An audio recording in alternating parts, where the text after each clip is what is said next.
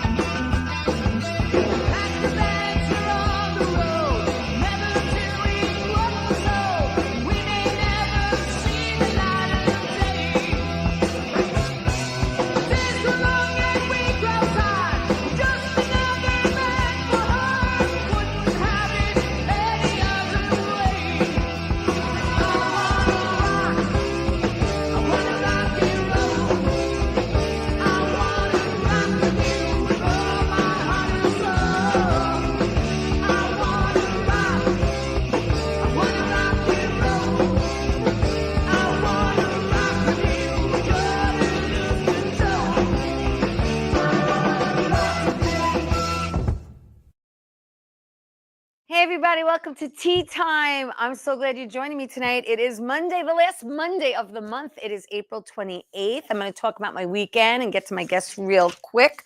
Friday, basically, I stayed home. I had some lines to study for an upcoming shoot the beginning of June. So I'm working on that because that's going to come really quickly. And Saturday, did Murdered by the Mob in Manhattan, longest running murder mystery show in the city. We were at the Iron Bar downstairs at the Speakeasy called The Secret Room. There I am as Bunny. It's a great show. You just go to murderedbythemob.com and see when our upcoming shows are going to be on. It's like going to an Italian wedding. You eat, you sing, you dance, you drink, someone gets whacked. You got to figure it out. It's so much fun. And yesterday, Sunday, you know, it's laundry day. We all need clean underwear. And I changed out my winter clothes to my spring summer clothes. Yay! That was great. And prepping for the show tonight. And I'm excited because I have on a married power couple. They are a power couple in the music and movie industry. And I'm excited because we have a couple of mutual friends. So I'm going to introduce right now and bring in Chuck and Karolina Morrongiello. Oh, he's going to fix me on that. That's the one thing I didn't ask him before the show. Come on in, Chuck. Hi, how are you? Okay, so say your last name. Say it right. Hey, Theresa, how you doing tonight? I'm good. Say your last name for me because I don't think I said it correctly. Morrongiello. Morrongiello. No, it's actually Morrongiello. Morrongiello. I got it. I know. The Sicilian should be able to say anything. I know. So listen, I'm excited to introduce everyone to you. Chuck, I'm going to start with you first. You're an actor, producer, writer, director, and musician, and you're originally a Long Island boy. I'm from Old Bethpage, went to school in Bethpage, proud of my Bethpage heritage. You went to Bethpage High School, but you were a really cute kid. Let's put up pic A and see how cute you were, because I'm all about pics and videos. And is that you? That's a little girl. That's a little Charlie. I love it. Thank you. Yeah. And you went to, so let me ask you a question, because I know that music is in your soul. It's just something that you were like born with. So I have to ask, how old were you when you first picked up a guitar? That's a whole interesting story. There's something interesting about that, but I was 15 years old when I picked up guitar. You did. And did you organize your first band in high school? I organized it with friends of mine in Bethpage, Joey LaSpinner and Dave Cavallo and many others, and we became Strange Brew, which was the big Long Island band. We were like the #1 band in Long Island. Nice. So cool. Big deal. It was a big deal for us. So who did you like listening to growing up? My probably biggest influences were all the great guitar players from Eric Clapton, Jeff Beck, Jimi Hendrix. A favorite of mine was Jorma Kaukonen from Jefferson Airplane, which is Hot Tuna. And I saw Hot Tuna probably 30 times, and then got a chance to actually play with them live on stage many, many times. Wow. Yeah. Well, it says here in my fun facts that you were good friends with Marty Balin. Marty Ballin. Yeah. Not Fallon, and he was with Jefferson Starship. We have pics. Let's go to pic B because I have a pic of you when you were younger back in the day. Yeah. That's Playing. Strange Brew playing at Good Times of Massapequa Park. Oh yeah, I remember that place. And then you could go right into D, which I think is the That's Marty Ballin. Marty. Yeah, the one iconic lead singer. above it. Yeah, that's the entire band back in the day. That's another band I started called The Hands. Yeah, because everyone's in more than one band. Yeah, I must have been in like at least 25 of them. Yeah. And then you have F, please. Who? F. That's me and Marty playing at the Bitter End in Manhattan. Yeah, you played at the Bitter End. You played all over, basically. I played in the Iridium, the Cutting Room. I played all over America. Yeah, Jersey. You in Jersey at the JPAC, right? Yeah, we played at the what is it? The what was it? New Jersey PAC. I think we played at the Prudential Building. I think it was okay. But we played at the Johnson and Johnson's. I think it was in New Jersey. It was a sculpturing place. It was where they had all the sculptures. It's a pretty wild show that we did there. And then while you're there, Carmine, let's put up G because you have a picture of you, Marty, and Ray, which is kind of cool. That was at the Bitter End that night when we played at the Bitter End. Wow, that is so cool. Yeah, and Marty's a living iconic legend, you know. Yes. My friend, he passed away, but what a great sweetheart of a guy, and what an iconic lead singer too. So very sad. It's priceless that you had him in your life, really. I met him in a grocery store here in Florida. Did you really? Yeah, that's how I met him. Wow. And when we're talking about how you met, let me ask you, how'd you meet your beautiful wife, Karolina? So Karolina, interesting enough, I got tired of going out, and so I started playing around online.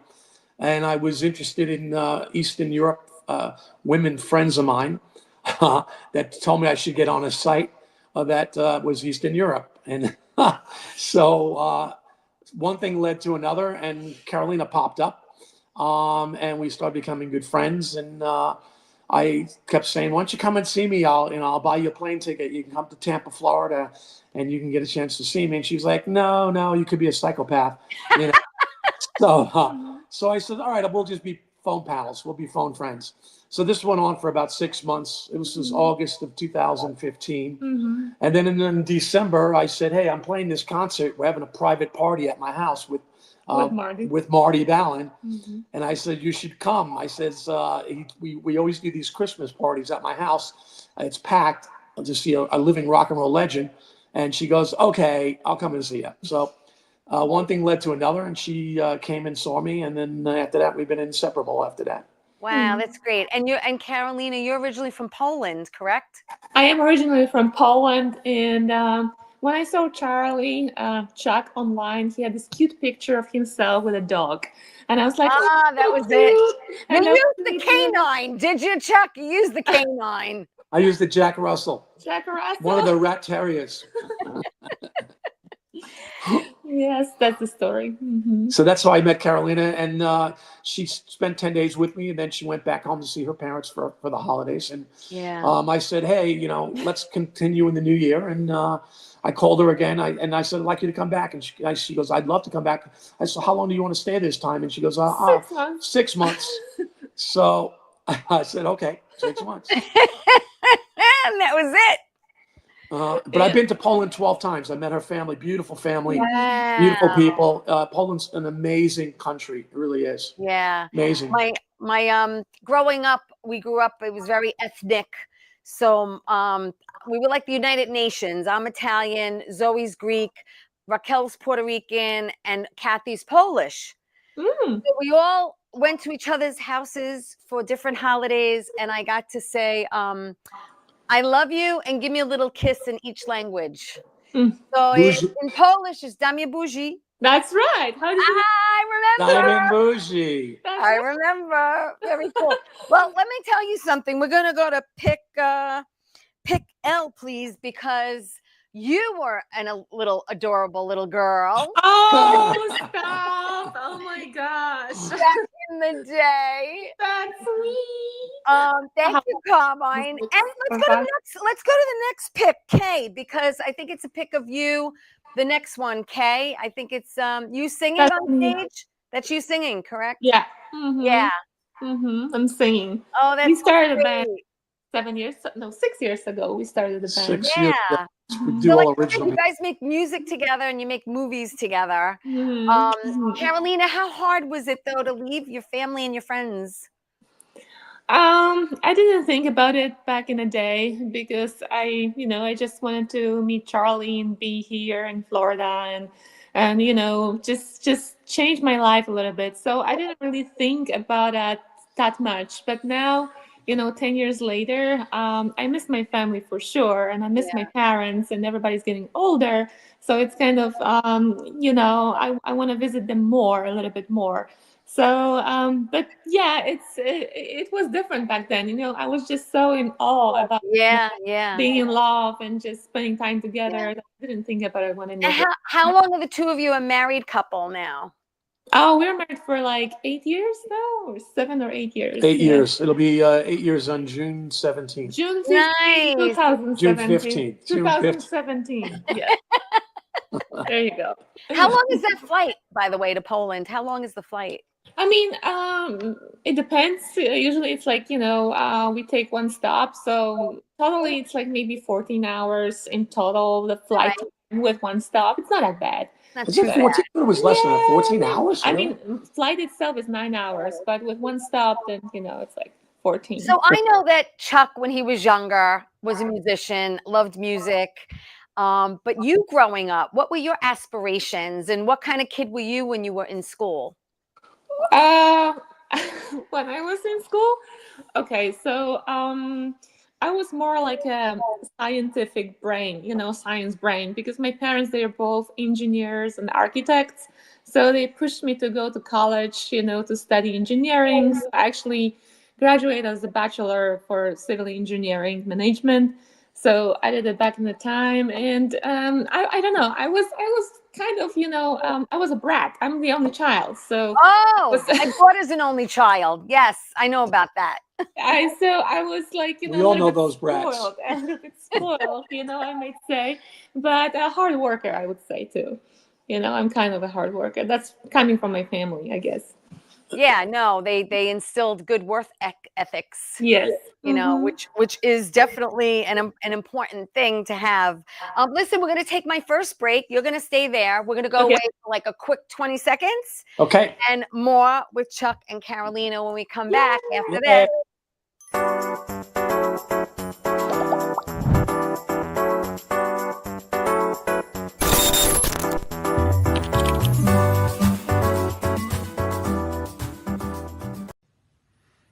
Well, hi there, Theresa. It's John York from General Hospital. I am just checking in because apparently you have a great talk show called Tea Time on Strong Island TV. I want you to have continued great success and have a lot of fun. It sounds like you're having a lot of fun, and that's pretty much the key to everything, isn't it? So continued success. I'm proud of you. Have a great day, Theresa. Bye. Hey, everybody. Welcome back to Tea Time. I'm so glad you joined me tonight. Hi, I have Chuck and Karolina with me. This beautiful, talented power couple who are not only, they're in the arts. I mean, they do music and they do movies, and they work very well together. And I want to get into a little bit more of your careers because, I do a lot of research on my guests. And like I said, you're the first power couple that I've had. And it's amazing because, you eat, you sleep, you drink, you do everything together, and then you work together. So do you find anything challenging, always being in each other's faces like that? Actually, we're together every day, probably every minute of the day. And we get along great. I mean, we've been doing this for 8 years now, and we're like inseparable. Well, that's a great question because, yes, of course, we have challenges. And of course, like you have to get into the agreement sometimes and you have to balance of things because sometimes we have different opinions on things, and everybody does. So we have to compromise, and we learn that for many years how to compromise now, and sometimes we have to just back off, and somebody has to back off. Yeah, and yeah, let it's another give and person- take. It's give and Yeah. take. And you don't know anybody until you live with them. Or work with them. You know, It's kind that's true, of right? both. It's Yeah, so that's true. my boss. That's my So boss. you started this production company called Three Rats Entertainment, and basically, I don't want to say it's a one-man show. It's a two-person show. It's the both of you. Chuck, you write, but you both direct. You write and you direct, but you both produce. And Karolina, I have to say, you're an incredible editor. Thank you. Thank you. Your editing is amazing. That's an honor. Thank you so much. I appreciate it. Really impressed. Really impressed with your work. I find that to be. Listen, I know that filming is not easy. It's long hours. It could be cold. It could be horrible weather conditions. It could be, and you're doing the same scene maybe 100 times, depending on what it is. But I also know that, when you're putting in long hours, the way you both do, you first have to come up with an idea, right? Mm-hmm. And then Chuck, you might say, hey, I got this thing, in the back of my mind, and play around with it. I'm just floored by your work. I mean, I got to see a couple of your films, and I want to talk about them. But first, before we get into your films, I want to talk a little about films that you've done together. One was actually I don't know. Velocity Kings is M, please. You both did this movie, Velocity Kings, Ride or Die. And back there on the top right is my friend Bruce Sosha, who was in it, and I'm excited to see. But this was Rick Danford's baby. And Chuck, you played Ed. Thank you, Carmine. Chuck, you played Ed. You played not a nice guy, right? No, I'm a killer. I'm a villain, an assassin. You're a hitman, right? Mm-hmm. Our good friends Antonio and Rick and Antonio Hernandez, and they asked me to play that part, and they wanted Karolina to play a little part. And yes. it's the community here in Florida, so that's exactly what we did. Yeah, yeah, which is really, really cool. And then let's get into which I enjoyed watching, but then again, I enjoyed watching both movies that I did see. Amityville, Mount Misery Road, and that's pick N, please. There it is. So let's talk about this. Okay, so interesting story about Mount Misery Road. I'm sure you know what Mount Misery Road is. Everybody in New York, Long Island knows Mount Misery Road out in Melville, Huntington area. And ever since I was a kid, I knew that this place was probably considered the most hauntedest road in the world. During high school, we used to go there and we'd get drunk. We'd have parties there, and we'd talk about Mary, the psychopath that lived in the asylum.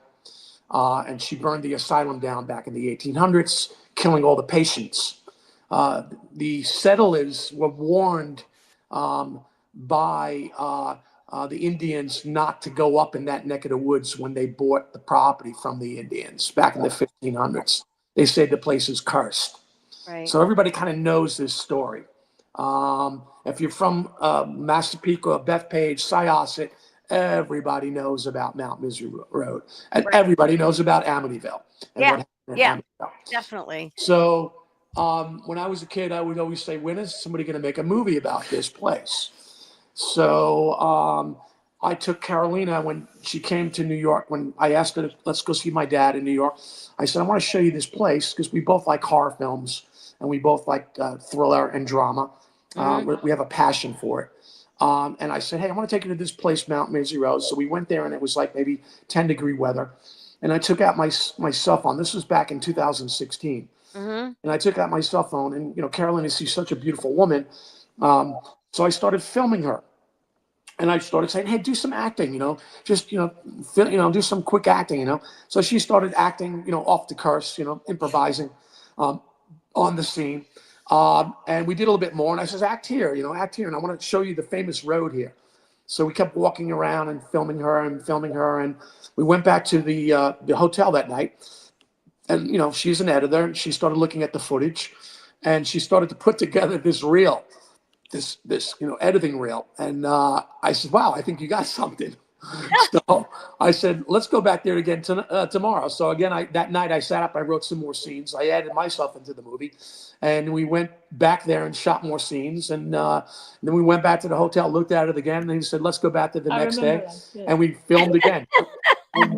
Yeah, because it kind of starts out, it's got this documentary kind of feel to it. It's like a vlog, almost like a vlog, but we just shot on the fly. We didn't really have a plan back then, and we were like, oh, let's play with that. We didn't even think about anything. But we knew about the research on it. We knew about the history of Mothman being seen there. We knew about the red-eyed beast that glows at night, and he's a dog and he runs around in there. Right. And we knew that about Mary, the asylum. We knew about the patients dying there and how the asylum burned down, and then they built another asylum and it burned down again. Yeah. So the snake paths in there. So we started filming this thing on my cell phone. Yeah. And then we went back to Tampa. We shot some films in Tampa in scenes. And then we went back up there and shot more scenes one more other time. And then we had enough footage to make a film. Yeah. And Karolina just pieced it together. So I pieced it together. Yeah. I basically made a dinner out of nothing in the fridge. So that's what I did. I learned that craft like in depth. And we submitted it to the distributors. And, they were actually fighting over the movie. It so much that they wanted that movie. And then we ended up with a great distributor who we are still, until day to day, we are good friends with, and he's great. But we end up having sales in Walmart. We were on all the platforms. DVD in Walmart. I saw that. That was so cool. It was actually sold out in Walmart stores in 1 week or all around the country. Wow. That is so cool. And people, you can watch it. I just watched it. It's I watched it on Tubi, but it's actually just Google it. You could see everywhere. The worldwide release. Yeah, so. It was really good. And like I said, to me, it started out, it had like this documentary kind of feel, because how you're filming each other, and then it almost has like that Blair Witch taste going on. That's what it is. Yeah. And but what's really cool is the original story behind it. Because I think everyone likes a true story. You know what I'm saying? The story is great. So that's how we started feeling like, hey, I think we like making movies. Yeah.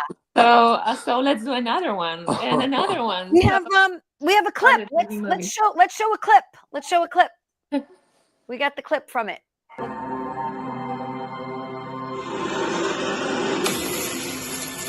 This is a month misery. Yeah, this is where the road starts. I know. We finally are here. So today what we're going to do, babe, is we're going to see if we can find the asylum. The old remnants, the old foundation. You're going to be my little ghost hunter. It's going to be a lot of fun. Charlie! Stay away from Mount Missouri Road. That's cursed land.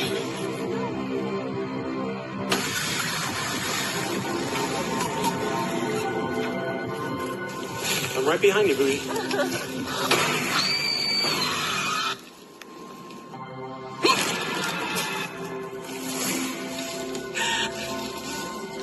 Where's the way out?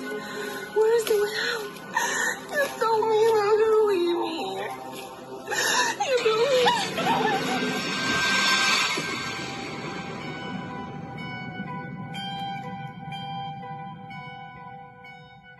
Very cool. You have to watch it. That's his guitar in the end, a little picking in the end. That's his guitar. Ding, ding, ding, ding. So, we had a lot of fun. A lot of fun with that movie. Chuck, what was the very first horror film you ever saw?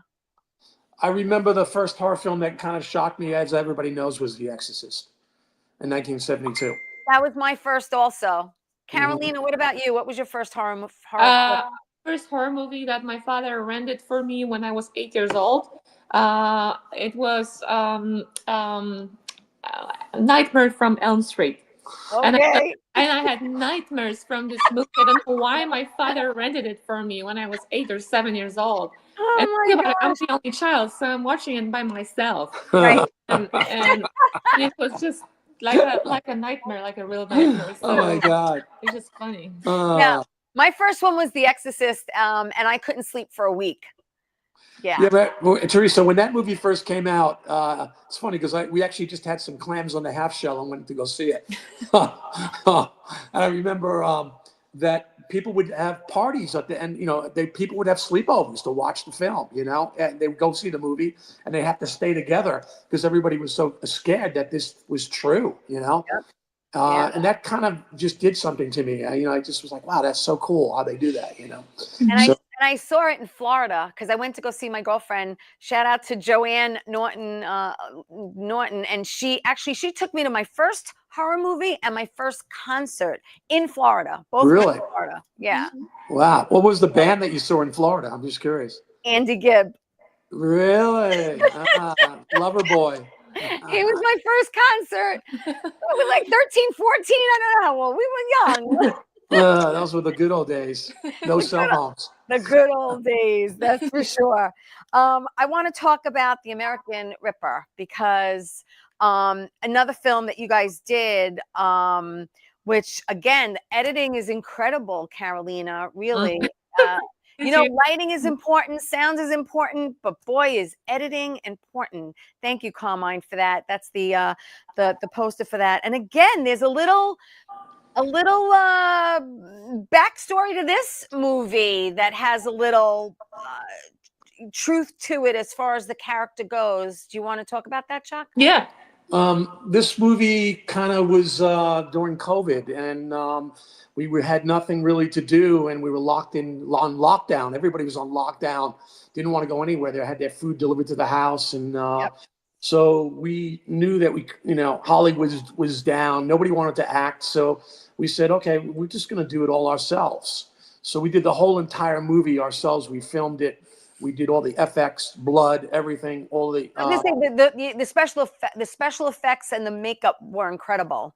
Thank you. Really. Karolina did all that. Really incredible. Yes. So I'm not giving anything away, but let me just say there were a couple of things that I saw and I was like, wow, kind of blew my mind a little bit. That's good. We want to. You guys are into thriller and suspense and horror. That's like your genre where you go, and I think you both do it very, very well. You wrote this in a week. I wrote it within a week, yeah. And Karolina was actually supposed to play the American Ripper, but then she says, "No, you play it." And then I just immersed myself into the character. I wanted to play like a Jack Nicholson. You definitely did. You definitely did. You again, and most of it was filmed in your own home. We did it in our own home. That's our property there and on the lake, and we filmed it there, and it was a challenge, and in the end, we were just so surprised that it won Best Featured Film in Tampa Bay, Best Featured Film in Orlando, and she won Best Actress, and it also won Best Music Score, and I played all the music in it. Yes, you did all the original music, correct? Mm-hmm. Yes. Mm-hmm. Oh, it helps to be married to a musician. But she's a musician too now, so. Yes, she is. But somebody had to sit down for 5 months and mix the audio, I remember, on my headphones, because we have like 14 tracks of all this music. So I had to just sit down, mix all that, and make a score out of the clips, out of the music that we recorded. So somebody mixed that, and that was me. It was a very disturbing film. We were afraid that people would think the wrong thing about us, but then we said, screw it. Let's just put it out. No, I'm glad you went for it. I think people like to be shocked. They like the unexpected, and I hit on all that. Thank you. So for people who don't know what's the story about the American Ripper, it's about a couple that moves into the new house, and it's husband and wife, playing by me and Chuck. And they don't know that the house actually is, a little bit haunted, or there's something happening in the past in the house that is going to actually, make Bobby, played by Chuck, go crazy. Right. So he's gradually throughout the movie becoming Henry, a different personality, and he's just going crazy and becoming a psychopath, torturing his wife, which is Lola, played by me. So I had to transform myself from a You trial did. You definitely did. I mean, between you put on some weight towards the end of the film. I mean, you look like a madman. I mean, if that's what you were going for, you nailed it. I was studying Ted Bundy and Charles Manson and Jeffrey Dahmer and all those guys, and I said, this is a great. These guys are psychopaths. I said, I got to play. You mentally have to go to a dark place. Yeah. Dark. I would think it was more than dark. Yeah. Karolina was having actually nightmares from it when she was editing. Yeah, listen, by the time you were done filming, Karolina, you did so much screaming. Did you even have a voice at the end? Yes, I'll tell you what happened. So we were filming usually on the weekends, Friday, Saturday, and Sunday, for 12 hours a day. And when it comes to the torture scenes that were shot in the bedroom, I had to be tied up for like 10 hours in a 2-bed. And I have to be like, for those of you who don't know, my underwear basically stripped down, laying in the bedroom. So think about air conditioning blowing at me the whole time. I'm freezing cold. My legs are blue. I'm shivering because it's so cold. So every now and then he's giving me a blanket sometimes, but I can't get out because I'm tied up. We don't want to get out. Right. So he's giving me a bottle of water every now and then, but then I go back to screaming or panting. And by the time you are a couple of hours, you're dizzy. So I'm dizzy, I'm freezing, and this and that. And after 12 hours, I'm just crawling out of bed, completely exhausted. Wow. So it literally was torture. Ready to pass out. Right? It literally was torture. Really torture with the air conditioning. Speaking of torture, let's look at the trailer. Let's look at the trailer. Sure. Welcome. The views of this lake are truly to die for. What happened to the previous owners? They took it back. I think we should get it. We'll take it. This house is just perfect for us.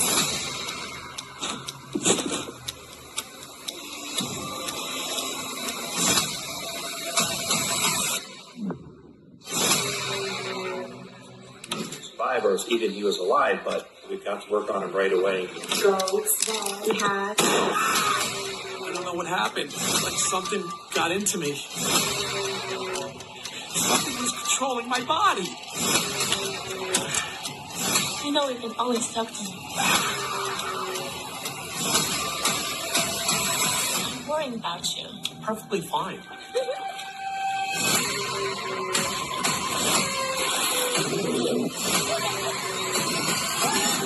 Mom is just trying to drown me.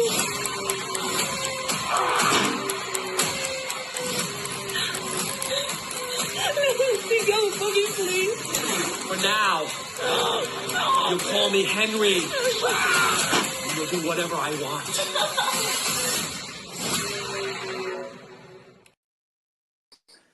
Incredible. It was incredible. It really was. It really was. And I kept on saying, I kept thinking, how's this going to end? How's this going to end? I was trying to figure it out. Let's not spoil the ending. Oh, no, I'm not saying how it ended. I'm just saying it wasn't what I thought it was going to be. Yeah, it's a surprise in the end. It's a surprise, a twist. It definitely was. What did you find the most challenging? I mean, I know it wasn't the most comfortable for you, Karolina, because of the air and right. clothes on. But did you find any other challenges with the film? Making it. Actually, I think we had a blast making that fun. film. We just had a blast. We would say we're probably the only craziest sick couple in Tampa Bay, waking up at 6 o'clock in the morning. No. She's all full of, I don't want to say anything. She's got all the makeup on. Right. And we're thinking, we were playing Halloween every day. So we had a blast and we had a lot of fun. And we again, it was great. I can't explain it. I don't think Yeah. there was anything challenging You about know, that film at all. there wasn't any challenges, mostly because we have all the time in the world, because we were not rushed by any crew and any time stamp or anything like that. We could take days on our own and shoot whenever we want, because that's only me and him. So we did the production just in two of us. So that's why there was no challenges, because there was no other people working with us. Right. You know? Easy, just easy. Easy, yes.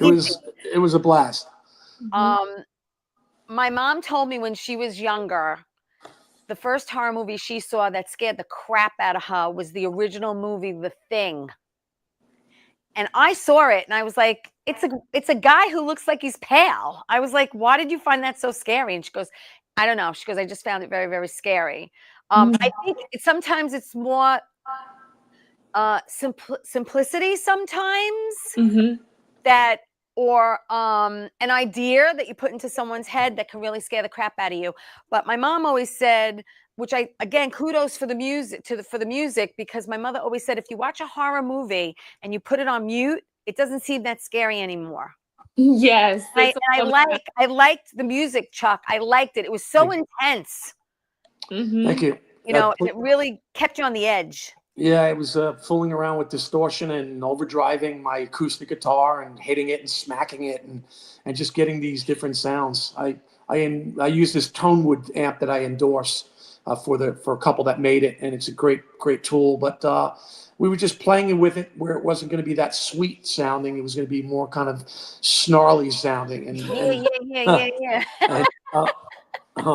But we had a blast. I can't explain it. That was a good movie for us to make. We had a lot of fun with it. So. Yeah, it's cool. All right, listen, we're going to take another break. Don't go away. Stay right there. We're going to be back right after this.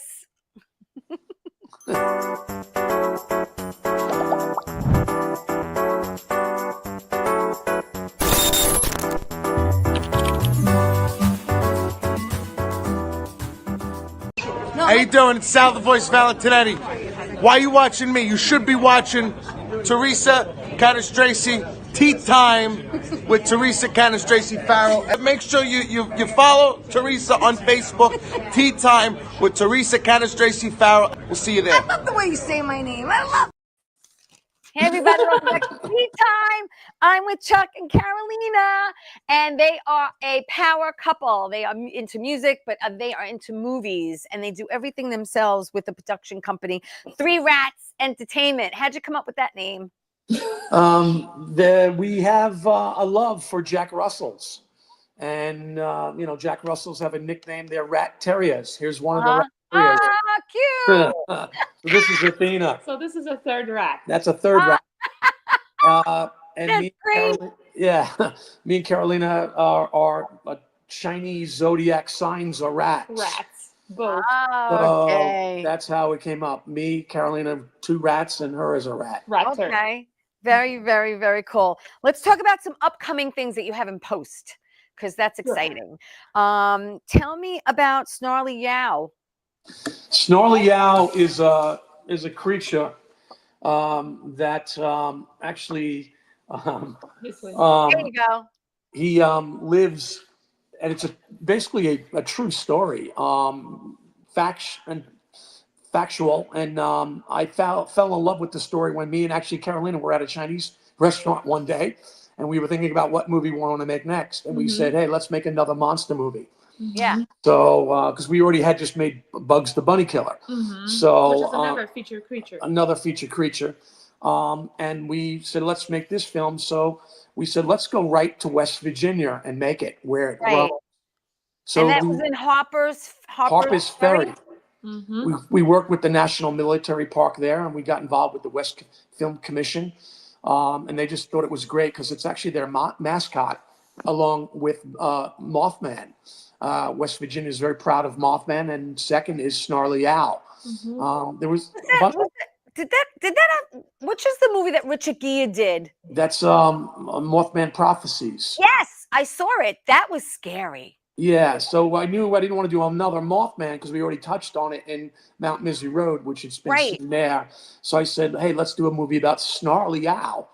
Which is a dog-like creature. Which is the dog-like. I love how you find background true stories. Yeah, so he's a dog creature that's been seen since the Civil War. He's been seen lurking around Harper's Ferry, which is a beautiful. If you've never been to Harper's Ferry, you got to go check it out, where the Potomac River and the Shenandoah River meet.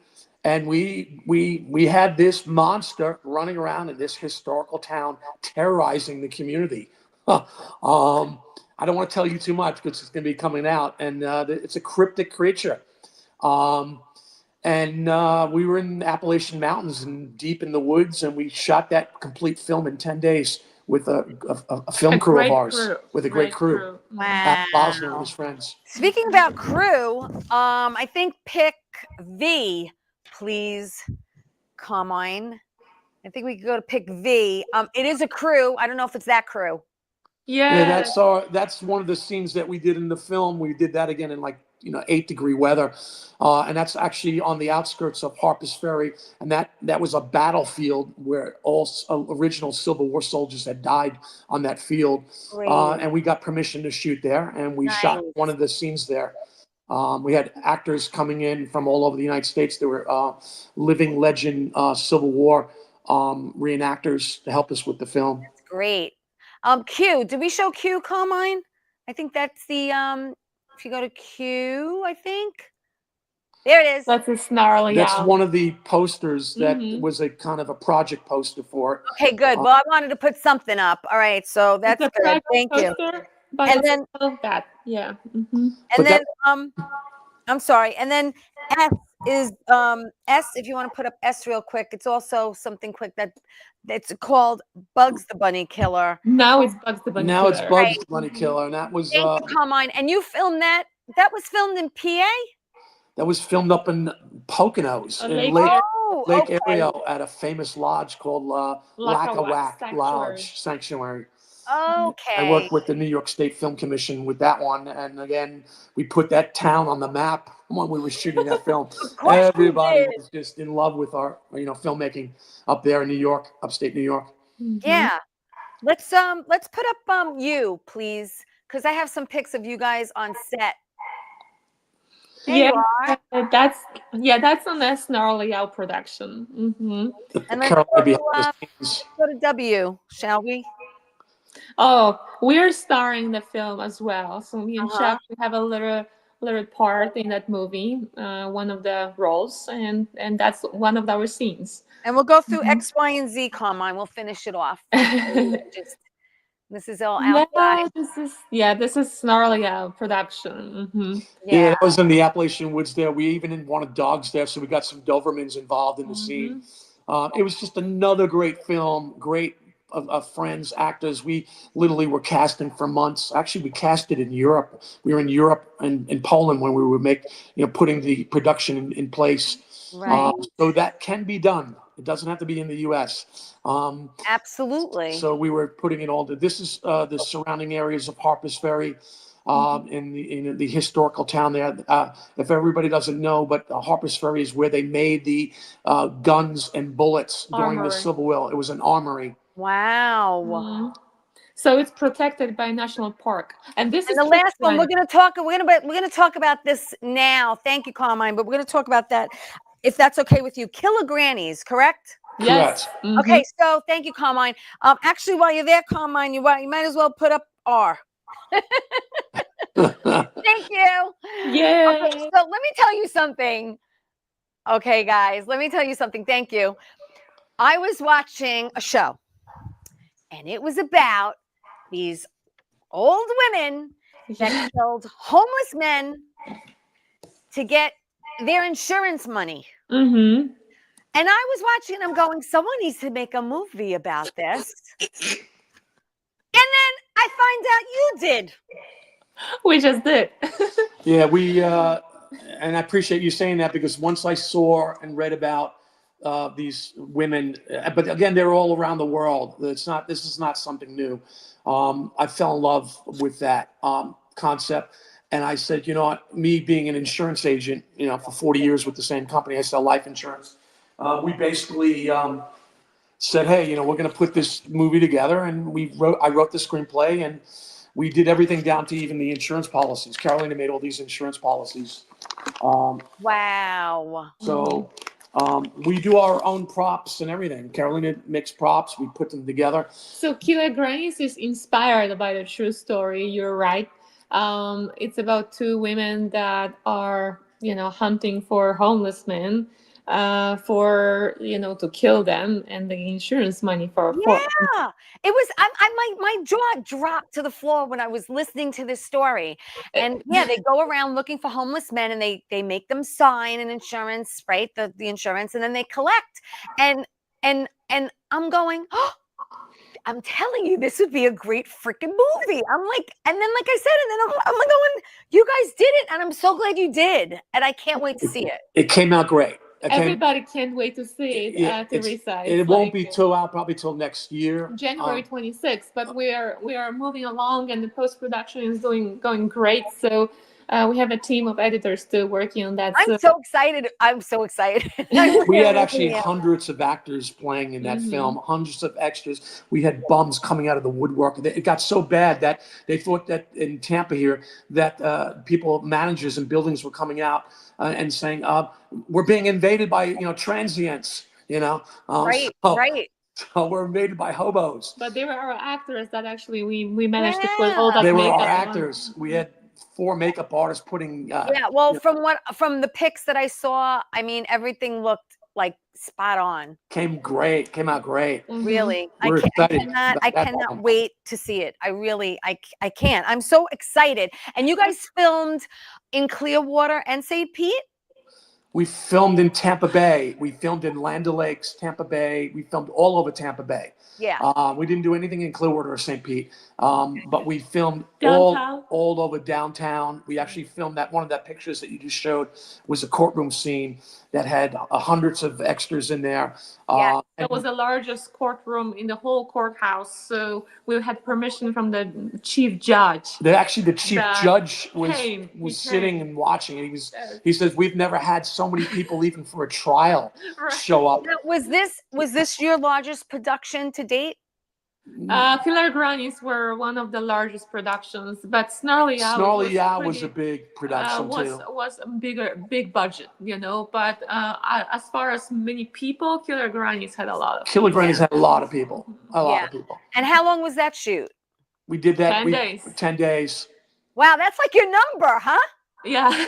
Well, we know how to do that, and we have friends of ours that are producers with like Asylum Films and when we're there to work, we work, and we want to keep that momentum going, which is. It's totally possible to do a movie in 10 days. However, it depends on the script. It depends on the length of the script. So, anything over 100 pages, you have to have more time. 10 days. Yeah, definitely. Yeah. Speaking about time, we're going to take my last break. Yeah. When we come back, we're going to talk about extortion thugs. Mm-hmm.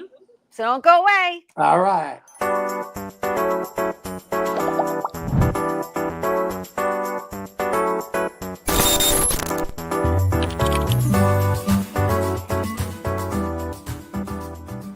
Doc, who's the best comedian you know? Theresa Farrell. And who's the best actress you know? Theresa Farrell. And who's the best cast member in Bad Boys? Theresa Farrell. Who's got the best radio? Theresa Farrell. Doc, who's your favorite guinea? Theresa Farrell. Who are you loving right now?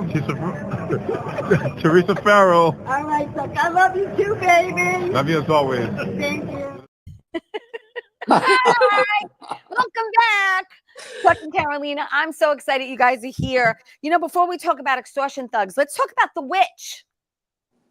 Okay, so The Witch, being in Poland all the time when I was going to Poland a lot, I was just blown away by the gloominess in that country, and the mountains there and the gloominess, and plus there's so much history there, from World War I to World War II, So I just came up with this idea. I don't want to tell you too much on this one because this one's really dear to our heart. Okay. But I can tell you that maybe I shouldn't say about Karolina. Not yet.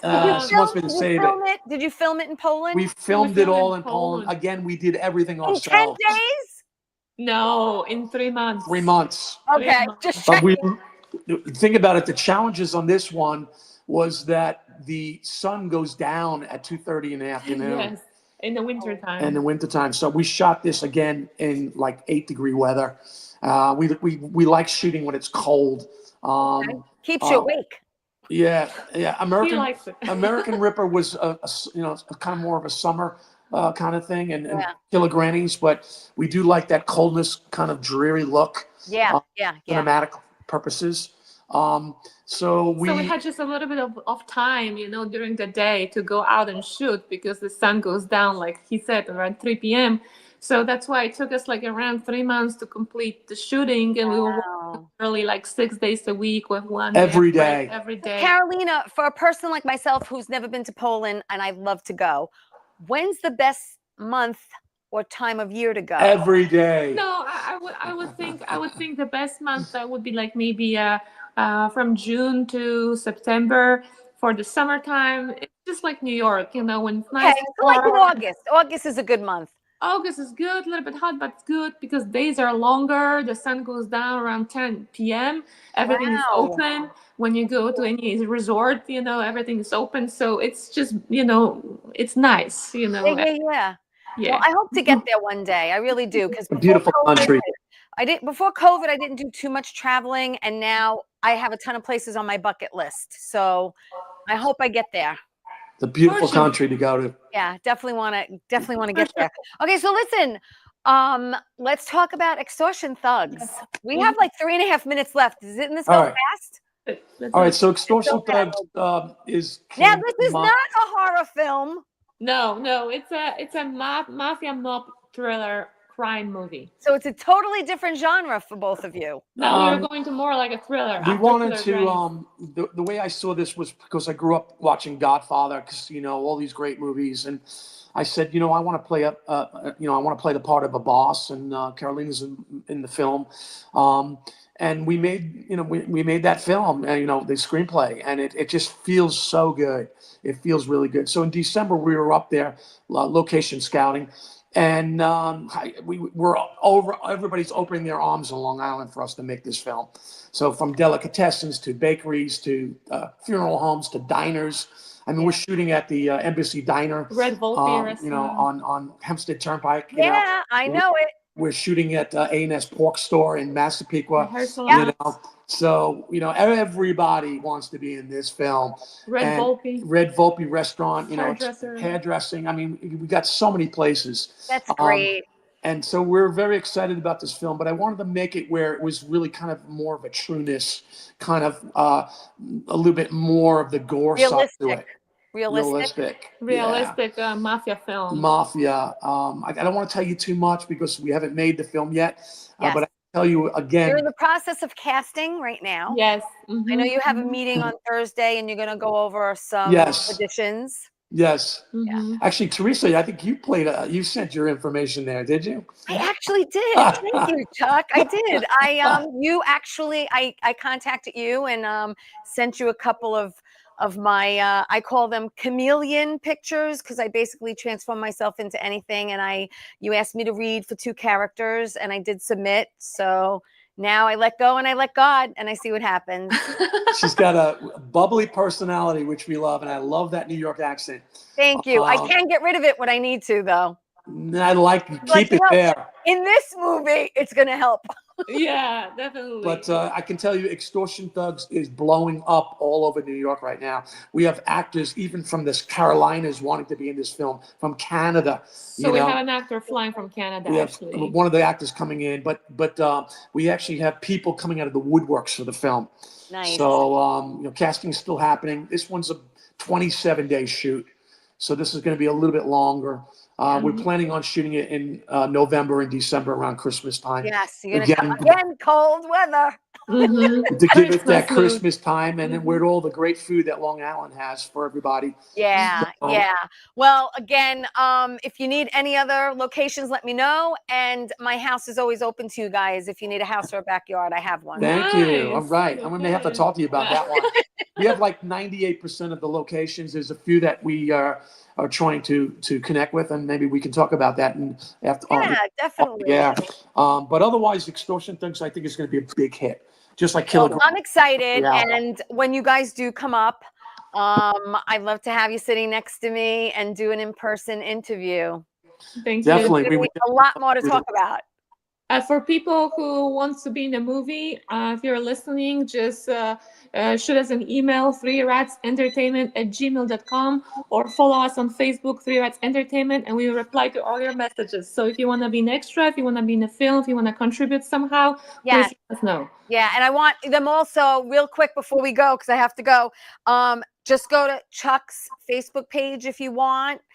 The name's on the screen. Look them up, and you can contact them. I want to thank you guys so much for doing this. You are fabulous. You guys stay where you are. And I want to thank everyone for watching Tea Time and supporting me. I'll see you next week. And remember, tell everyone you love them. Ciao. Ciao.